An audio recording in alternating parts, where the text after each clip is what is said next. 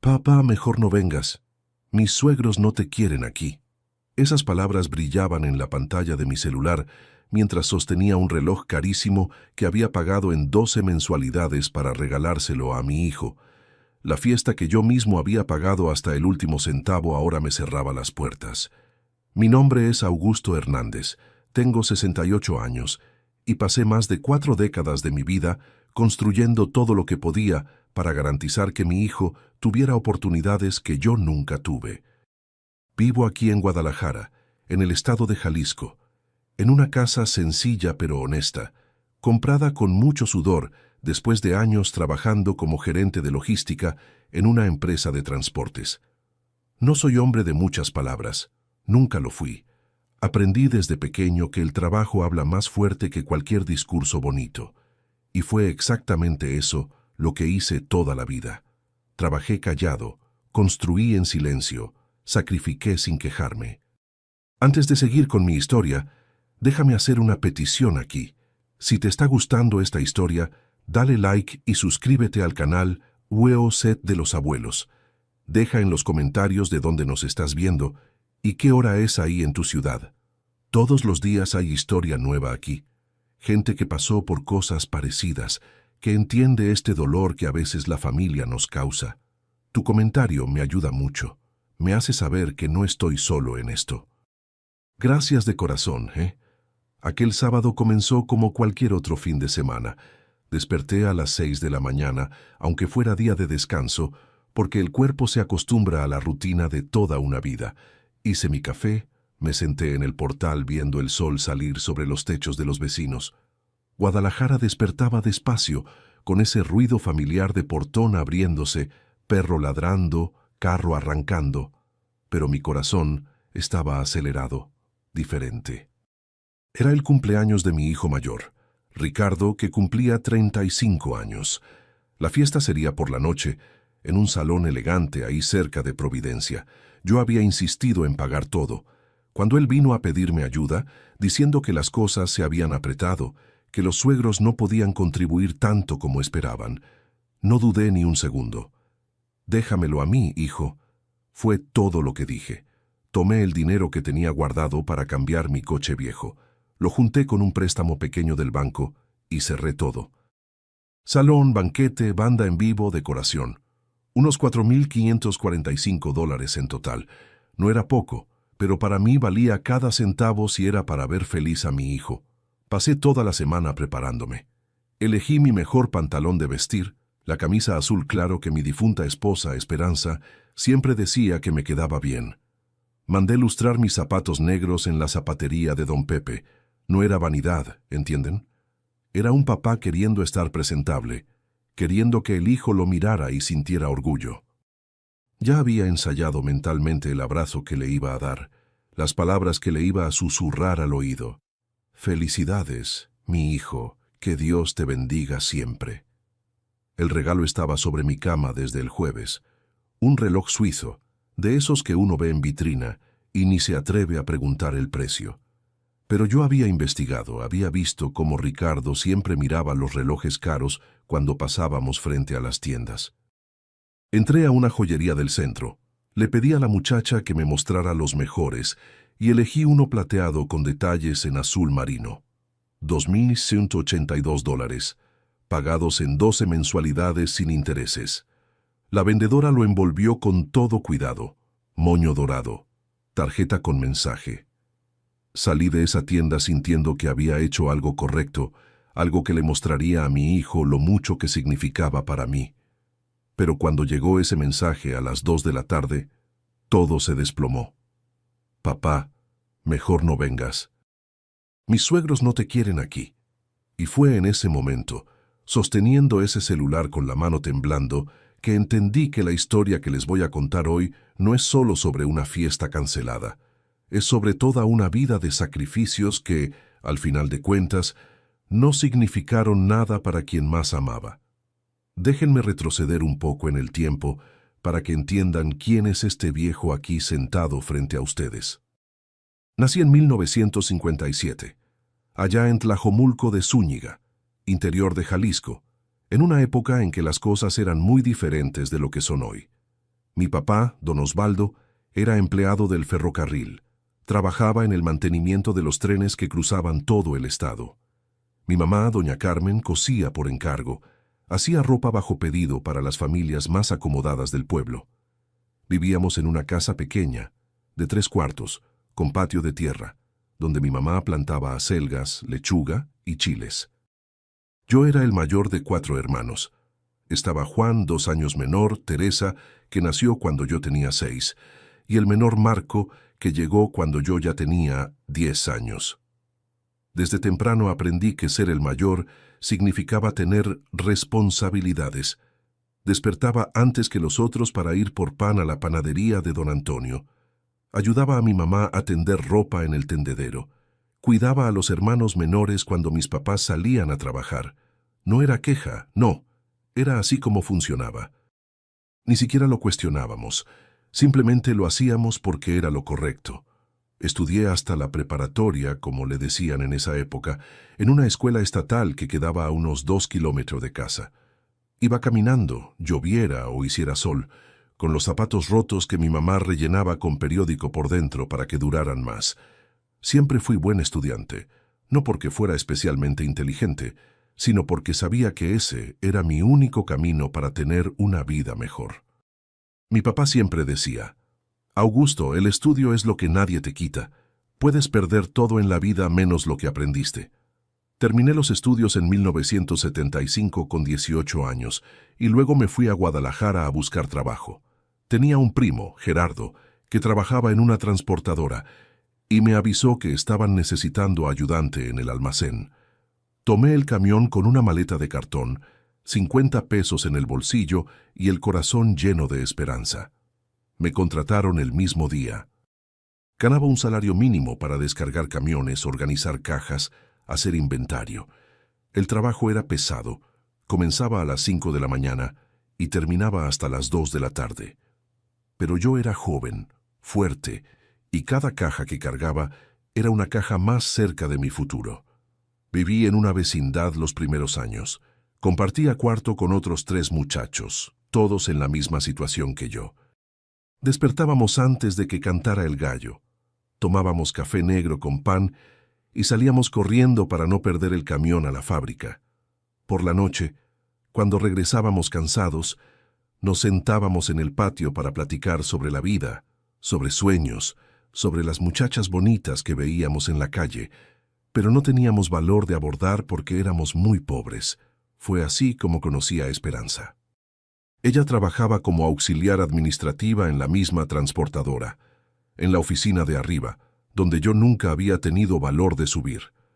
Pero un día el supervisor me mandó llevar unos documentos urgentes a su departamento. Subí esas escaleras con el corazón en la boca, todo sudado del trabajo, con pena de mi ropa sencilla. Cuando entré a la sala, ella levantó la cabeza y me dio una sonrisa que iluminó todo mi día. «Tú eres Augusto, ¿verdad? El muchacho que trabaja en el almacén», me dijo con una voz dulce que parecía música. Me quedé sin palabras.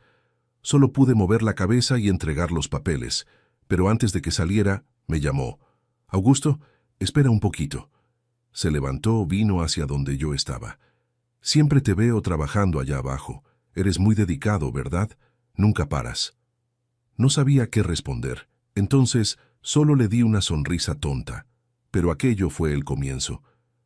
En las semanas siguientes, inventé excusas para subir a esa oficina. Llevaba reportes que no necesitaban ser entregados urgentemente. Preguntaba por documentos que ya sabía dónde estaban. Solo quería ver esa sonrisa suya otra vez. 3 meses después, me armé de valor y la invité a tomar una nieve. Después del trabajo, fuimos a una nevería sencilla cerca de la central, de esas con sillas de plástico y toldos rasgados. Pero para mí era el lugar más especial del mundo, porque estaba ahí con ella. Platicamos por horas. Ella me contó que había venido de Zapopan, que vivía con una tía, que soñaba con casarse y tener una familia. Yo le conté de mi vida en el pueblo, de mis papás, de mis sueños de crecer en la empresa. «¿Sabes qué me parece bonito de ti, Augusto?», me dijo esa noche, con los ojos brillando bajo la luz amarillenta de la nevería. «Es que no te da pena trabajar, Hay muchos hombres por ahí que quieren todo fácil, que se quejan de todo. Tú no, tú luchas. Esas palabras se me grabaron. Noviamos por 2 años. Siempre despacio, siempre con respeto. Yo trabajaba como condenado para juntar dinero para la boda. Hacía tiempo extra siempre que podía. Aceptaba trabajar los fines de semana y días festivos. Ahorraba en todo.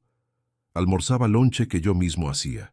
Iba al trabajo caminando para ahorrar el pasaje del camión. No compraba nada que no fuera esencial. Nos casamos en 1978, en una ceremonia sencilla en la iglesia de San José. Mis papás vinieron de Tlajomulco, los hermanos de ella de Zapopan. Fue una fiesta modesta en el salón de la iglesia, con botana que las tías hicieron, refrescos y un pastel de 3 pisos que doña Irene, vecina de mi suegra, preparó de regalo. Esperanza estaba hermosa, con un vestido blanco sencillo que ella misma cosió, con una corona de flores naturales en el cabello. Nuestra luna de miel fue un fin de semana en Zapopan. Tomamos el camión el viernes por la noche. Nos quedamos en un hotelito humilde cerca de la basílica. Visitamos el santuario, prendimos veladoras, pedimos la bendición de la Virgen de Zapopan para nuestra unión. El lunes por la mañana regresamos a Guadalajara a trabajar. No había tiempo para descansar, no había dinero para derrochar. Teníamos una vida que construir. Alquilamos una casita de 2 cuartos en la colonia Independencia, periferia de Guadalajara. No tenía acabados. Las paredes eran de bloc sin pintar. El piso era de cemento, pero era nuestra. Compramos los muebles poco a poco, una cama matrimonial que pagamos en 10 meses, una estufa de 4 quemadores que Esperanza eligió con tanto cariño, un refrigerador usado que le compramos a un vecino que se mudaba. Cada pedacito de esa casa fue conquistado con sacrificio. Esperanza quedó embarazada en 1979. Cuando me lo contó, yo venía regresando del trabajo, todo sucio de grasa y polvo. Me esperó en la puerta con los ojos llorosos y una sonrisa en el rostro. «Augusto, vamos a tener un bebé». La abracé ahí mismo en medio de la calle, sin importarme la suciedad de mi ropa. Lloré como niño. Iba a ser papá, iba a tener alguien por quien trabajar, para quien construir un futuro mejor. Ricardo nació en marzo de 1980, parto normal, después de 16 horas de labor de parto que casi me matan de nervios. Cuando la enfermera me lo trajo envuelto en esa mantita azul, cuando me lo puso en los brazos y vi esa carita pequeñita, esos ojos cerrados, sentí una responsabilidad que nunca había sentido antes. Ese pequeño ser dependía de mí y yo iba a hacer todo, absolutamente todo, para no decepcionarlo.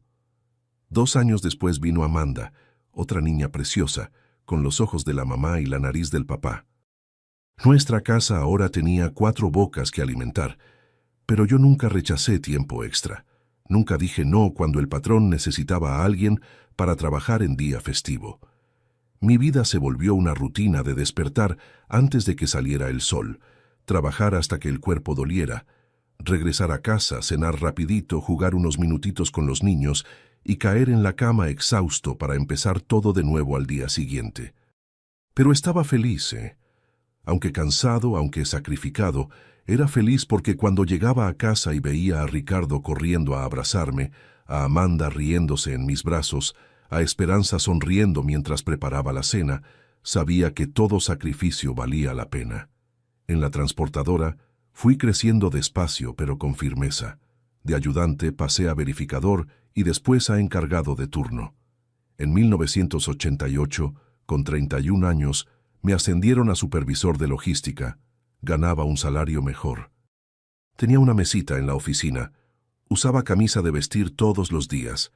Esperanza se puso tan orgullosa que compró una corbata de regalo, la envolvió bonito y me la dio un domingo después de la comida. «Ahora eres un hombre importante, Augusto», me dijo, acomodándome la corbata en el cuello. «Pero nunca olvides de dónde vienes». Y nunca olvidé. Seguí trabajando como condenado, llegando temprano, saliendo tarde, resolviendo problemas, asumiendo responsabilidades. En 1995, Logré finalmente comprar una casa propia. No era mansión, no era nada lujoso, pero era nuestra.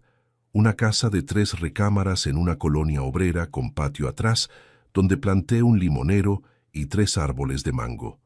Cuando firmé la escritura en el notario, tomé la mano de Esperanza y le agradecí a Dios por haber llegado hasta ahí.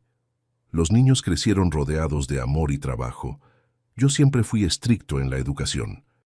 No los dejaba faltar a clases, les exigía buenas calificaciones, demandaba respeto, pero nunca les dejé faltar nada. Ricardo quería clases de inglés, se las pagaba. Amanda soñaba con hacer natación, la inscribía. Necesitaban material escolar, les compraba lo mejor que me alcanzara. Tenis nuevos, ropa para el paseo de la escuela, domingo para los lunch.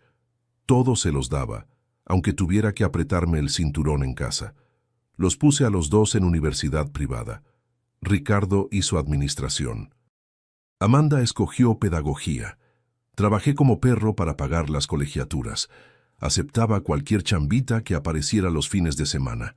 Descargaba camión para proveedores menores, hacía consultoría de logística para empresas pequeñas, daba clases en un curso técnico por las noches, dormía 4, 5 horas por noche. Mi cuerpo se quejaba, me dolía la espalda, pero no paraba. Era por mis hijos. Esperanza siempre fue mi compañera en todo esto. Nunca se quejó de mis ausencias, de las noches que llegaba tarde, de los domingos que tenía que trabajar. Ella aguantaba la barra en casa, cuidaba a los niños, administraba el poquito dinero que sobraba, estiraba el presupuesto como nadie, hacía milagros con arroz, frijoles y unas mezcolanzas que inventaba. Los niños nunca se dieron cuenta de que a veces no teníamos dinero ni para lo básico, porque ella siempre se las ingeniaba para poner comida en la mesa y dejar a todos contentos. Pero fue en 2015 que la vida me dio el golpe más duro. Esperanza comenzó a sentir unos mareos, una falta de aire que pensamos que era cansancio. Insistí para que fuera al médico. Después de unos estudios, descubrimos que era un problema del corazón, una enfermedad cardíaca isquémica que ya estaba avanzada. Los doctores explicaron que necesitaría tratamiento, cirugía, cuidados especiales. Hice todo lo que estaba a mi alcance. La llevaba a todas las consultas, compraba todas las medicinas, hasta las caras que no había en el seguro social. Contraté una enfermera para que se quedara con ella cuando yo tenía que trabajar.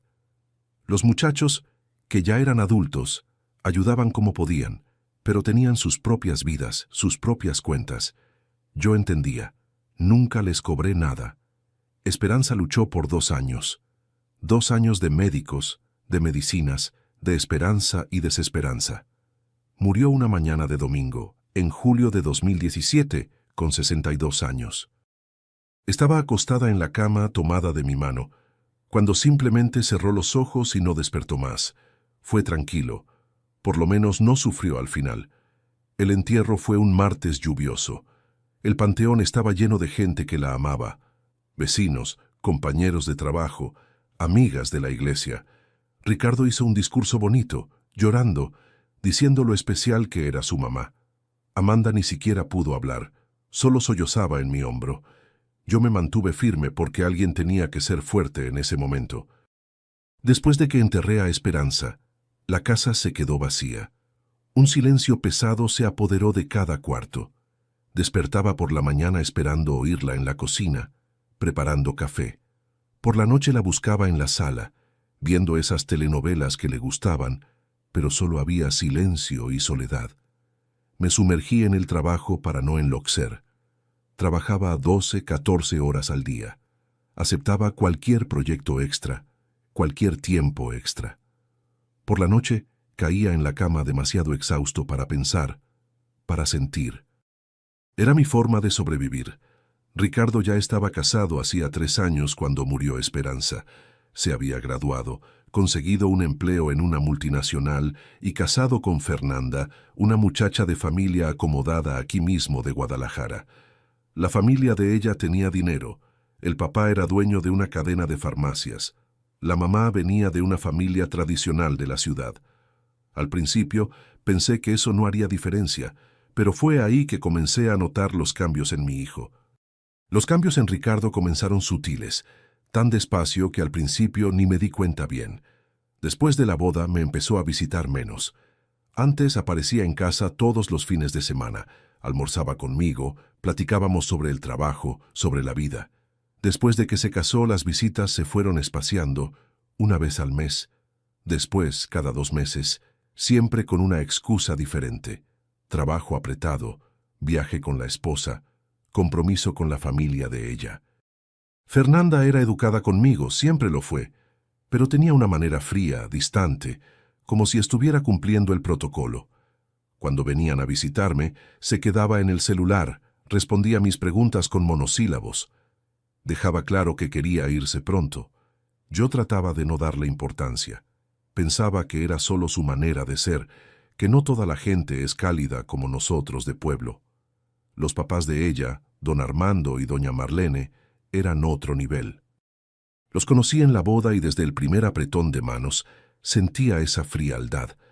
Don Armando me miraba de arriba abajo, evaluando mi ropa sencilla, mi manera humilde.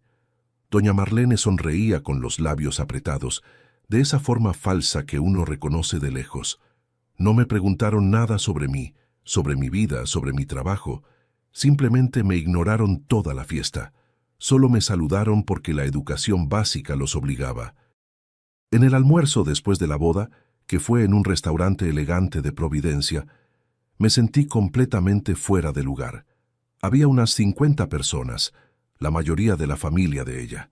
Gente bien vestida hablando de viajes a Europa, de inversiones, de cosas que ni entendía bien. Me sentaron en una mesa del rincón junto con unos parientes lejanos que también parecían fuera de lugar. Ricardo estaba en la mesa principal con Fernanda y los suegros, riendo, brindando, sin ni siquiera voltear hacia mi dirección. Amanda, que había ido conmigo a la fiesta, se dio cuenta de mi incomodidad.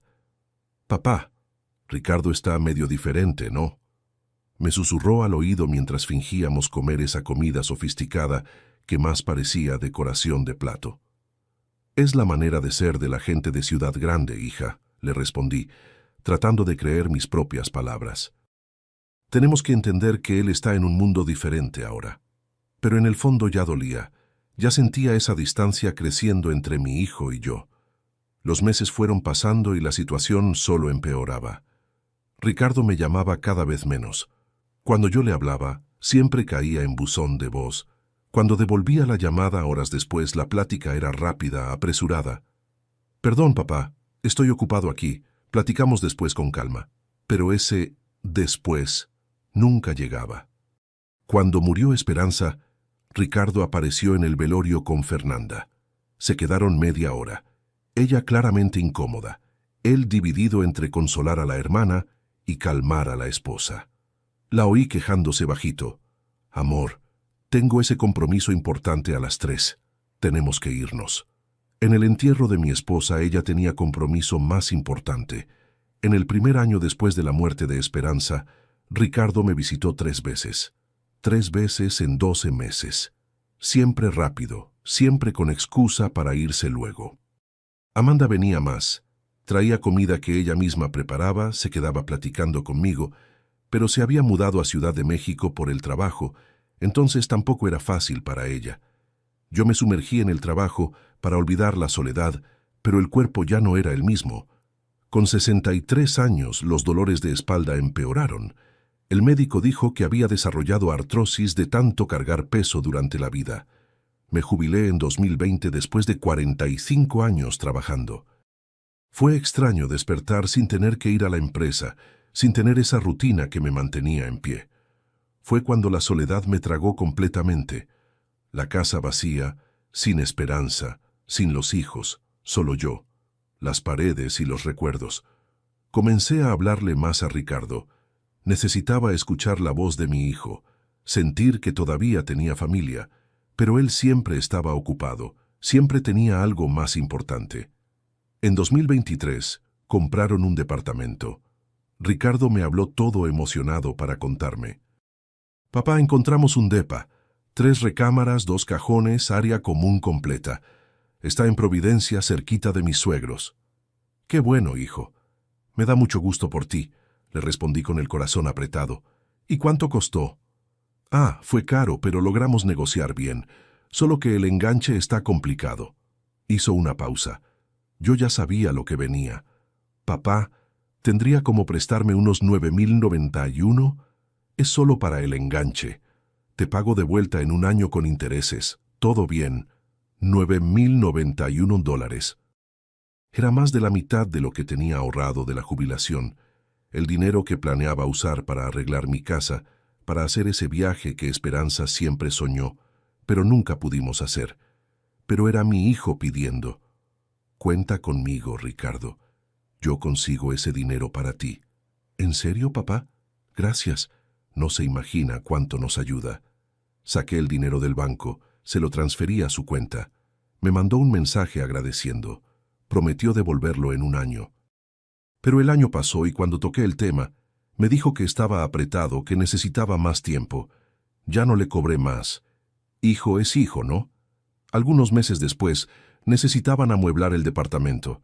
Ricardo me habló de nuevo. Papá, estamos comprando unos muebles sobre diseño.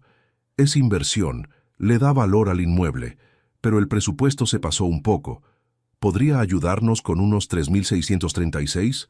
$3.636. Ahora iba a tener que meter mano en la cuenta de ahorros que tenía guardada para emergencias. Pero de nuevo era mi hijo. Está bien, hijo, te lo mando. Y se lo mandé. $12.727 le había dado a mi hijo en menos de un año.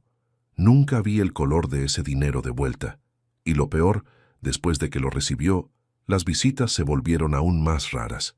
Era como si, habiendo conseguido lo que necesitaba, yo ya no fuera necesario. Fernanda quedó embarazada a finales de 2024. Ricardo me habló para contarme, pero su emoción parecía forzada. Papá, va a ser abuelo. Lo supimos esta semana. ¡Qué maravilla, hijo! ¡Felicidades! ¿Cuándo puedo pasar por ahí para celebrar con ustedes? Ah, papá, andamos medio atareados ahorita con los preparativos. ¿Sabe cómo es? En unos días organizamos algo. Pero nunca organizó nada. Ni cuando nació el bebé en abril de 2025, me llamó para que lo conociera. Esperé una semana, 2, hasta que no aguanté y le hablé. Ricardo, ¿cuándo voy a conocer a mi nieto? Papá, es que Fernanda está medio sensible todavía, ¿sabe? El posparto es complicado. No quiere visitas por ahora. Pero hijo, yo soy el abuelo, no soy visita. Lo sé, papá, pero tenemos que respetar su tiempo. Pronto le llevo a Gabriel para que lo conozca. ¿Gabriel? Mi nieto se llamaba Gabriel y yo ni había sido invitado a conocerlo. Solo supe el nombre porque Amanda me contó. Ella había ido a visitarlos y me mandó foto por WhatsApp. Un bebecito hermoso, con los ojos de mi Ricardo cuando era niño. Pasaron 2 meses más hasta que finalmente me dejaron ir al departamento. Cuando llegué con un regalo caro que había comprado en una tienda de bebés, Fernanda apenas me saludó. Ricardo me llevó hasta el cuarto del bebé, me dejó cargar a Gabriel por unos 10 minutos y luego apareció Fernanda en la puerta. Amor, él necesita mamar. ¿Me lo puedes regresar? Regresé a mi nieto y me fui. Había estado menos de media hora en la casa de mi hijo. Los meses fueron pasando y me sentía cada vez más excluido de sus vidas. Ricardo solo me hablaba cuando necesitaba algo. Dinero, favor, contacto para resolver algún problema. Cuando yo le hablaba, la conversación era fría, corta. Cuando preguntaba si podía visitar al nieto, siempre había algún impedimento. El bebé estaba enfermo, iban a viajar, tenían visita de la familia de ella. La familia de ella. Lo veía por las redes sociales porque Fernanda subía todo.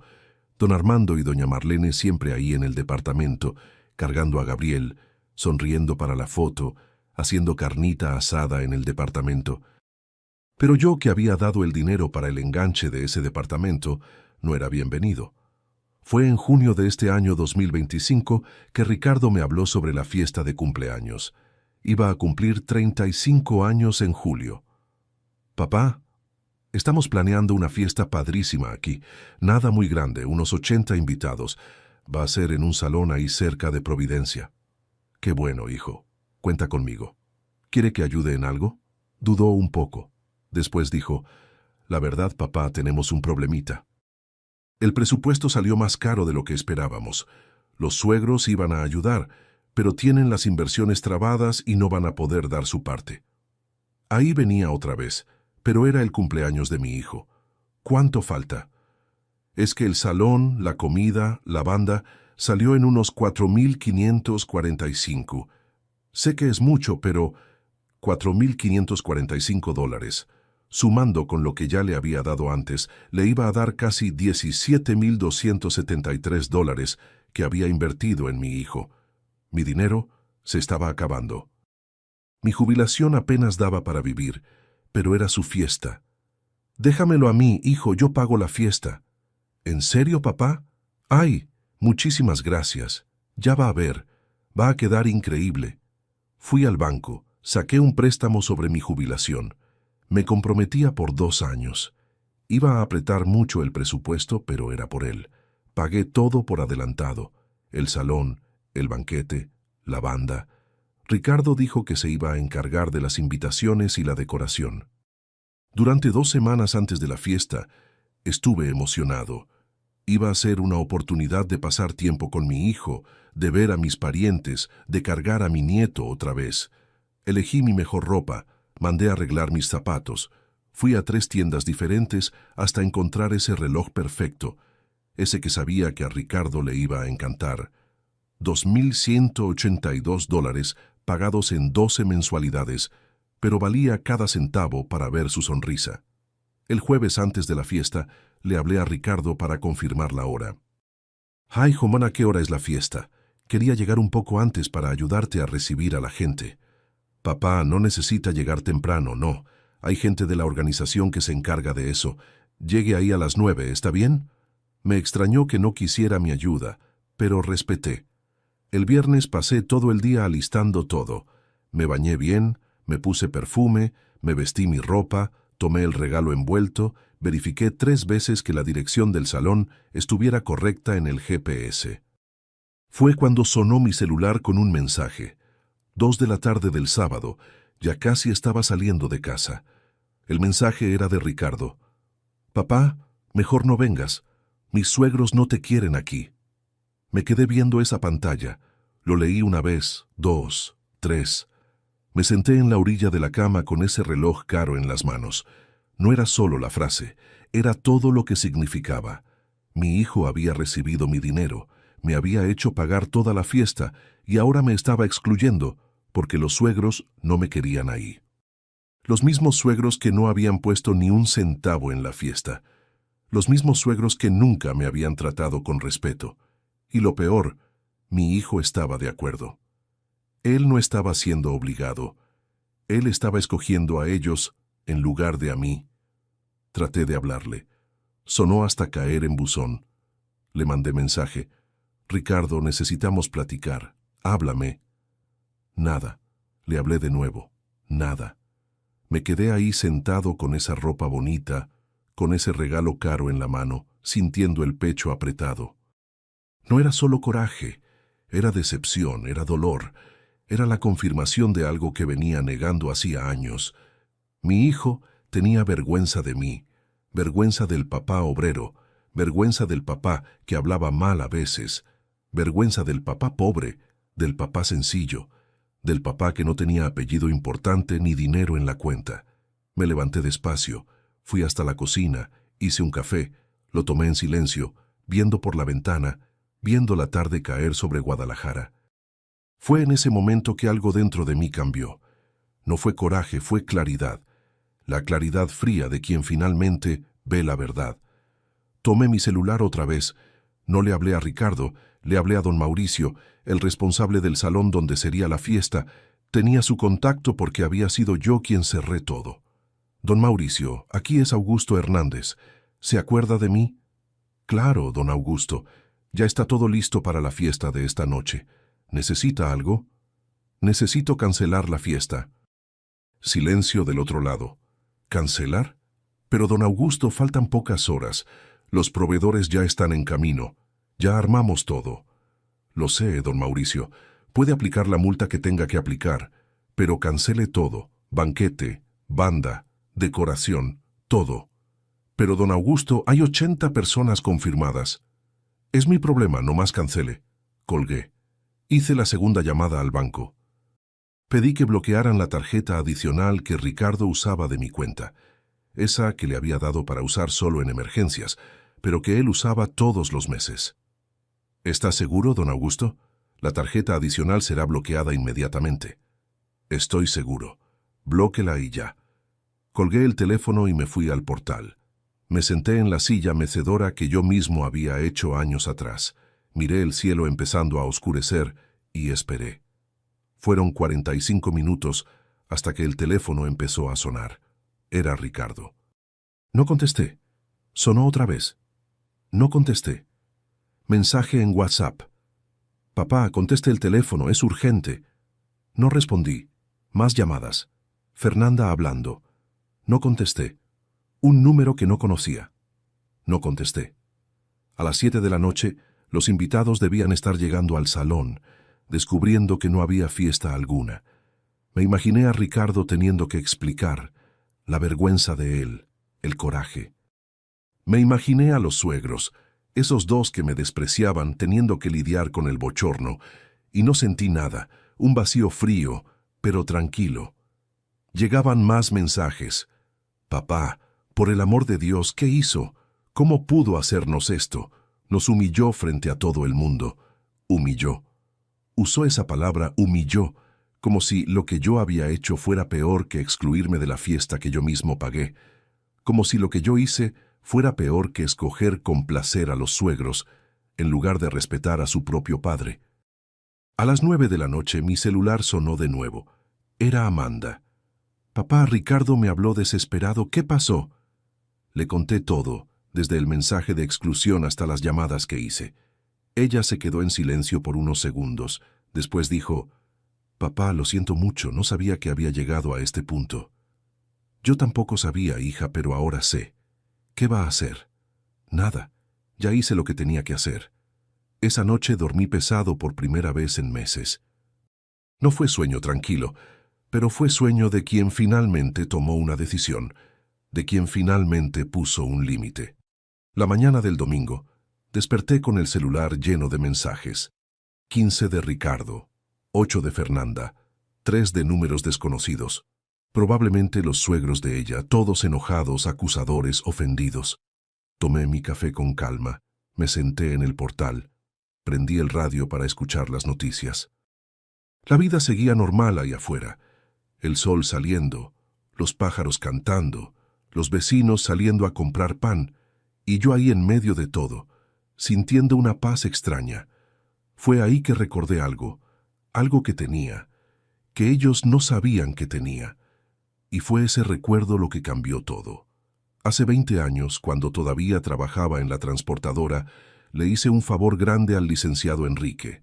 Él era abogado, tenía un bufete en el centro de Guadalajara especializado en derecho familiar. La empresa de él necesitaba mandar una carga urgente al interior. Era fin de año. Ninguna transportadora aceptaba porque todo estaba parado. Yo me las arreglé, usé mis contactos, hice que esa carga llegara a tiempo en la víspera de Navidad. El licenciado Enrique se quedó tan agradecido que me dijo, «Augusto, cualquier cosa que necesite puede buscarme. Usted me salvó de un problema serio». Mantuvimos contacto a lo largo de los años. No éramos amigos íntimos, pero teníamos esa amistad respetuosa de quien se ayudó una vez y nunca lo olvidó. Él fue al velorio de Esperanza, mandó flores, se quedó platicando conmigo sobre la vida. Era un hombre íntegro, de esos que su palabra vale más que papel firmado. Tomé el teléfono y le hablé. Era domingo, pero sabía que no le molestaría. «Licenciado Enrique, aquí es Augusto Hernández». «Augusto, ¿cuánto tiempo? ¿Cómo está?» «Bien, licenciado. Necesito un consejo». «¿Tiene un ratito?» «Claro, puede hablar». Le conté todo, desde el dinero que le había prestado a Ricardo, pasando por los 12.727 $7 del enganche del departamento, hasta la fiesta que pagué y fui excluido. El licenciado Enrique escuchaba en silencio, solo soltando unos ajá de vez en cuando. Cuando terminé, suspiró. Augusto, legalmente usted tiene razones fuertes aquí. Esos préstamos que le hizo a su hijo, ¿tiene algún registro? ¿Transferencias bancarias? Tengo todo, licenciado. Todos los comprobantes guardados. Excelente. ¿Y la fiesta? ¿Tiene los contratos a su nombre? Tengo. Está todo conmigo. Cerré todo personalmente. Perfecto. Entonces, usted tenía todo el derecho de cancelar, ya que era el contratante. ¿Hizo el pago? Hice todo por adelantado. Mejor aún. Mire, Augusto, le voy a ser sincero. Esto aquí no es sobre dinero, ¿verdad? Es sobre respeto, sobre un hijo que se olvidó de dónde viene. Es exactamente eso, licenciado. Puedo ayudarlo de dos formas. Primera, si quiere, abrimos un juicio de cobranza para recuperar ese dinero que prestó. Con los comprobantes es fácil. Segunda, puedo tener una plática en privado con su hijo. A veces, un tercero, principalmente un abogado, hace que la persona reaccione. Pensé por unos segundos. Licenciado, no quiero juicio, no quiero pelear en la justicia con mi hijo. Pero una plática, eso sí acepto. Déjemelo a mí. Le hablo mañana. Voy a poner una cita aquí en el despacho. ¿Autoriza que mencione las cantidades que le debe? Autorizo. ¿Y quiere ir a esa junta? No, prefiero que vaya solo. Confío en usted. El lunes por la mañana, el licenciado Enrique le habló a Ricardo. Yo no estaba ahí, pero después me contó cómo fue. Bueno, Ricardo, aquí es el licenciado Enrique Herrera, abogado. Recibí una solicitud de su papá, don Augusto Hernández, para tratar algunos asuntos pendientes entre ustedes. Por lo que me contó el licenciado, Ricardo se puso nervioso de inmediato. ¿Solicitud? ¿Qué solicitud? ¿Mi papá me está demandando? No, todavía no, pero necesitamos platicar. ¿Puede venir a mi despacho mañana, martes, a las 10 de la mañana? Es que tengo la agenda llena mañana. Ricardo, le sugiero fuertemente que se las arregle. Son asuntos serios, inclusive asuntos financieros, que se pueden complicar caso no se resuelvan por las buenas. Ricardo aceptó. El martes por la mañana, ahí estaba en el despacho del licenciado Enrique. El abogado me contó todo después. Augusto, su hijo, llegó aquí nervioso, sudando. Se sentó en la silla, moviéndose, preguntando si necesitaba abogado. Le dije que no, que era solo una plática. Entonces puse los papeles en la mesa frente a él. El licenciado Enrique había organizado todo. Comprobantes de las transferencias de los $9,091 del enganche del departamento, de los $3,636 de los muebles, del pago de la fiesta. 12,727 en préstamos más 4,545 de la fiesta, $17,272 en total. Ricardo, su papá me buscó para entender una situación. Él le prestó todo este dinero aquí con promesa de devolución. ¿Devolvió algo? Ricardo se puso rojo. Yo iba a devolver, pero las cosas se apretaron. El bebé nació, las cuentas. Entiendo. Y sobre la fiesta de cumpleaños que él pagó completa, ¿me puede explicar por qué fue desinvitado? No fue exactamente así. Es que mis suegros... ¿Sus suegros qué, Ricardo? Pagaron la fiesta. ¿Contribuyeron con algún centavo? No, pero... Entonces déjeme explicarle una cosa. El licenciado Enrique se inclinó en la mesa, mirando a los ojos de mi hijo. Su papá tiene $12,727 que cobrar de usted en préstamos documentados. Podría meter un juicio hoy, y le garantizo que ganaría. Además, él era el contratante legal de la fiesta. Tenía todo el derecho de cancelar. Ricardo bajó la cabeza. Pero legalmente no es lo que me preocupa aquí, continuó el licenciado. Lo que me preocupa es la falta de carácter que estoy viendo sentado en mi escritorio. Un hombre de 35 años, padre de familia, que acepta dinero del papá jubilado y todavía excluye a ese papá de una fiesta que él mismo pagó porque los suegros no querían. Usted no entiende la situación. Entiendo perfectamente. Usted se casó con dinero y ahora le da pena sus raíces. Usted se olvidó que fue su papá quien pagó su universidad, que fue su papá quien trabajó como perro para que usted tuviera las oportunidades que él nunca tuvo, y ahora lo trata como un estorbo. Ricardo trató de argumentar, pero el licenciado no lo dejó. No terminé. Su papá me pidió que no lo demande. ¿Sabe por qué? Porque a pesar de todo lo que hizo, él todavía lo ama. Él sigue siendo su papá. Pero también me dio otra instrucción. A partir de hoy se acabó el banco. No hay más dinero, no hay más favores, no hay más ayuda. Está solo. Cuando Ricardo salió del despacho del licenciado Enrique, estaba pálido. Por la tarde recibí la llamada del abogado contándome todo. Augusto, fui duro con él. Le dije unas verdades que necesitaban ser dichas. No sé si vaya a servir, pero por lo menos sabe que hay gente que lo apoya. Gracias, licenciado de corazón. Y mire, Augusto, preparé un documento aquí. Es un pagaré de reconocimiento de deuda.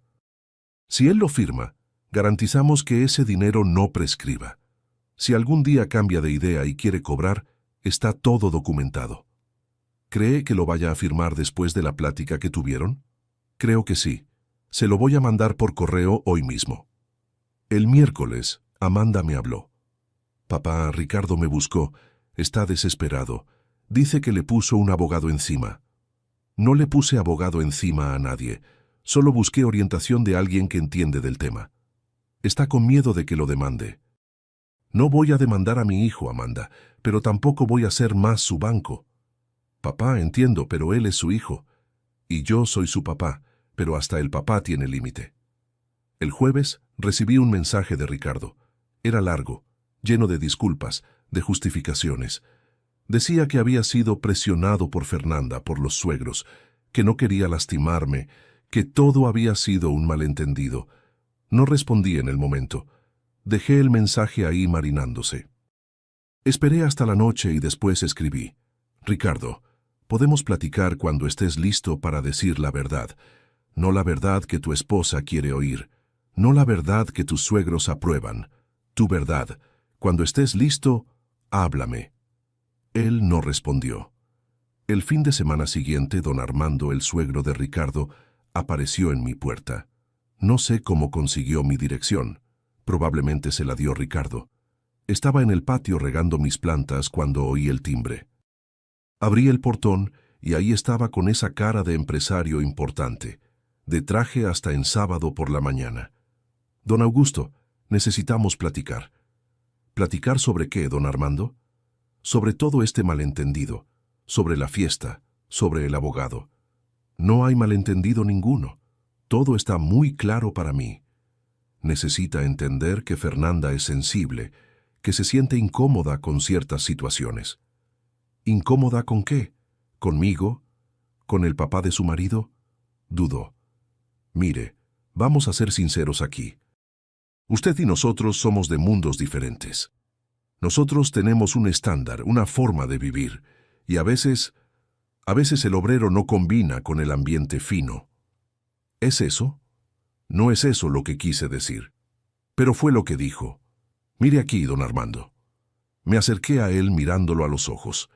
Yo no tengo apellido importante. Yo no tengo dinero en el banco. Yo no frecuento club elegante, pero tengo dignidad, y no voy a aceptar ser tratado como inferior en la vida de mi propio hijo. Ricardo lo ama. Si amar es excluirme, mentirme, usar mi dinero y después tirarme a la basura, entonces no necesito ese amor. Don Armando se dio cuenta de que no iba a conseguir nada ahí. Dio media vuelta y se fue sin decir más nada. Por la noche, Amanda pasó por casa. Había venido de Ciudad de México solo para verme. Nos sentamos en el portal platicando. Papá, me enteré de que el suegro de Ricardo vino aquí. Vino. Quiso convencerme de que yo había exagerado. ¿Y qué le dijo? La verdad, que no acepto la falta de respeto. Ella me tomó la mano. Papá, tengo mucho orgullo de usted, del hombre que es, y le pido perdón por no haber notado antes cómo lo estaba tratando Ricardo. No es tu culpa, hija. Pero debí haber dicho algo. Debí haberlo defendido. Tú tienes tu vida, Amanda. No puedes andar vigilando la relación entre tu hermano y yo. Aún así, voy a hablar con él. Voy a hacerle entender la tontería que hizo. Y habló. Según me contó después, Le habló a Ricardo y le dijo unas verdades que no le gustó oír. Le dijo que se había convertido en todo aquello que ellos criticaban cuando eran jóvenes. Una persona que valoraba las apariencias sobre el carácter, dinero sobre familia. La reacción en la familia de Fernanda fue inmediata.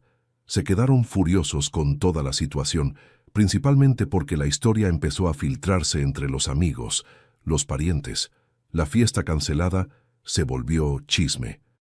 El suegro pobre pagó todo y fue excluido por el yerno y después canceló la fiesta. La versión que corría era más o menos esa, y aunque no fuera exactamente así, la esencia era verdadera. Doña Marlene, la suegra, fue la que más se sintió avergonzada. Al final, había invitado a sus amigas, las socialités de Guadalajara, para una fiesta que no pasó. El bochorno fue público, y cuando supieron el motivo real, la mirada de la gente cambió. Ya no era qué absurdo que el suegro cancelara la fiesta, era qué absurdo que excluyeran al hombre que pagó todo. Han pasado 5 meses desde aquel sábado que cambió todo. Estamos ahora en diciembre de 2025, casi Navidad, y la vida sigue su curso de una manera diferente de lo que imaginaba. Ricardo no volvió a buscarme. Después de la visita de su suegro aquí en casa, después del regaño que recibió de Amanda, simplemente desapareció. No me habla, no manda mensajes, no aparece. ¿Y sabe qué? Aprendí a vivir con eso. ¿Duele? Claro que duele. Es mi hijo. Lo llevo en el corazón desde el día que nació. Pero el dolor de hoy es diferente del dolor de antes. Antes era un dolor sofocante de quien se anula tratando de agradar y no lo consigue. Ahora es un dolor limpio, de quien hizo lo que tenía que hacer y puede verse al espejo sin vergüenza. Reflexioné mucho en estos meses. Pasé noches despierto pensando, ¿dónde fue que me equivoqué? ¿Será que amé demasiado? ¿Será que di demasiado? ¿Será que al facilitar tanto su vida terminé criando un hijo que no sabe el valor de las cosas? No tengo respuesta para esas preguntas. Tal vez nunca las tenga. Pero una cosa aprendí. Uno puede dar todo por un hijo, pero no puede obligarlo a ser agradecido. La gratitud no se compra, no se exige. O existe o no existe. Esperanza, si estuviera viva, ¿qué diría sobre todo esto? A veces platico con ella en mi cabeza, viendo su retrato en la sala. Creo que diría, Augusto, hiciste lo correcto. Amor no es dejarse pisar. Ella siempre fue mujer de carácter. No aceptaba falta de respeto de nadie. Y fue ella quien me enseñó que el respeto viene antes que todo, hasta del amor. El licenciado Enrique se volvió un amigo más cercano después de todo esto. Almorzamos juntos una vez al mes, platicamos sobre la vida, sobre cómo cambiaron las cosas.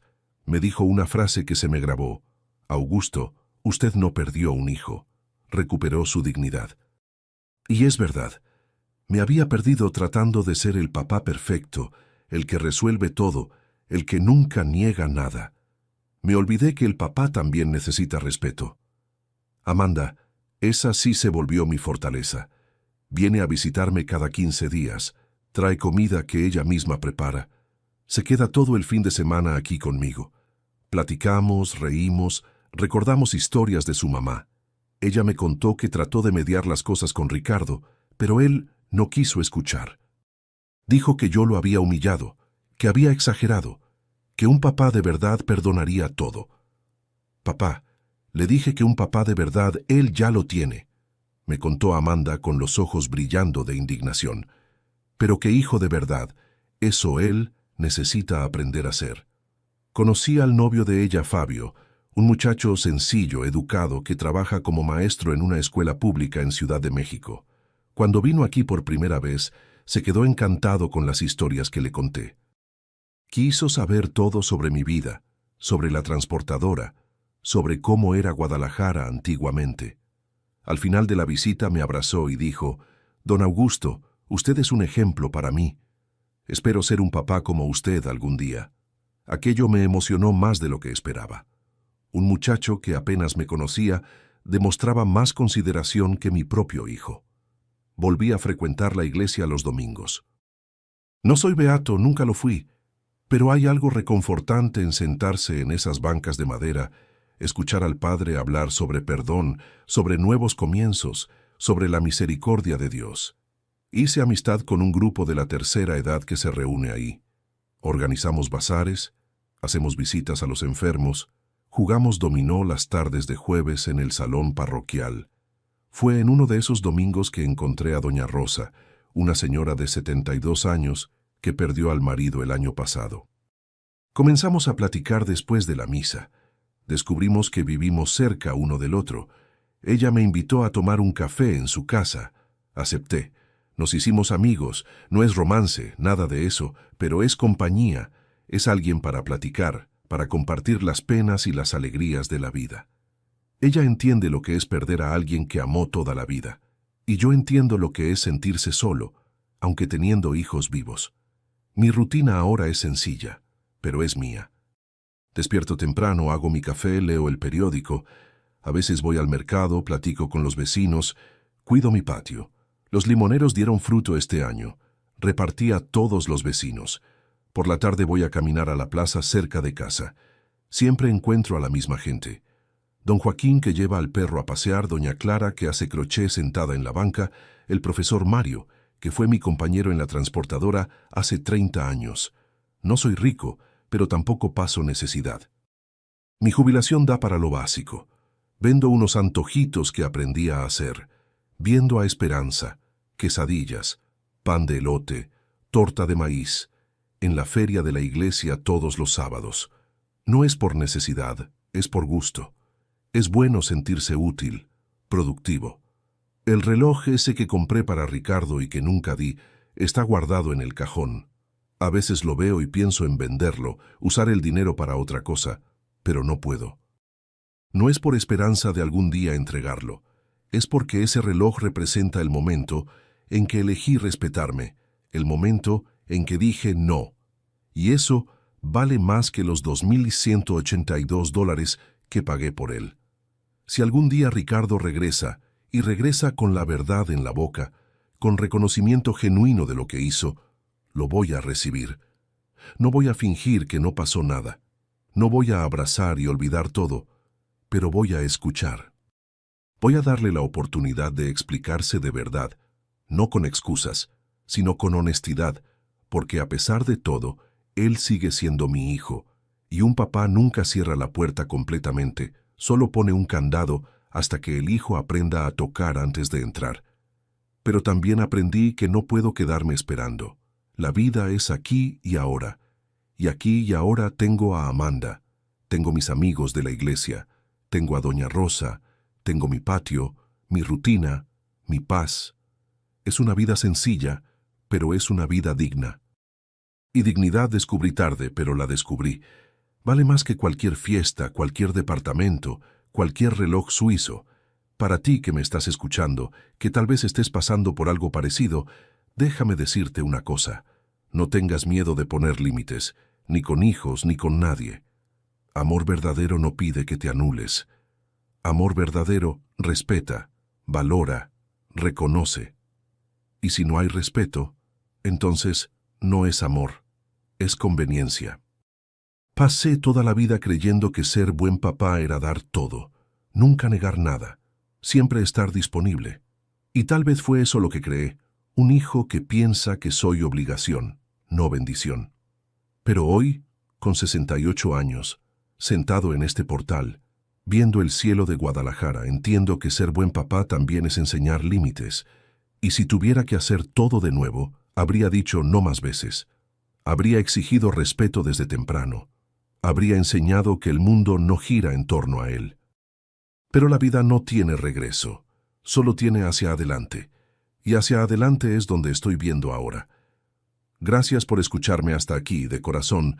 Si esta historia te tocó de alguna forma, dale like y suscríbete al canal Eve Oset de los Abuelos. Quien vio hasta el final comenta ahí abajo contándome. ¿Ya pasaste por algo parecido? ¿Ya tuviste que escoger entre agradar a alguien o respetarte?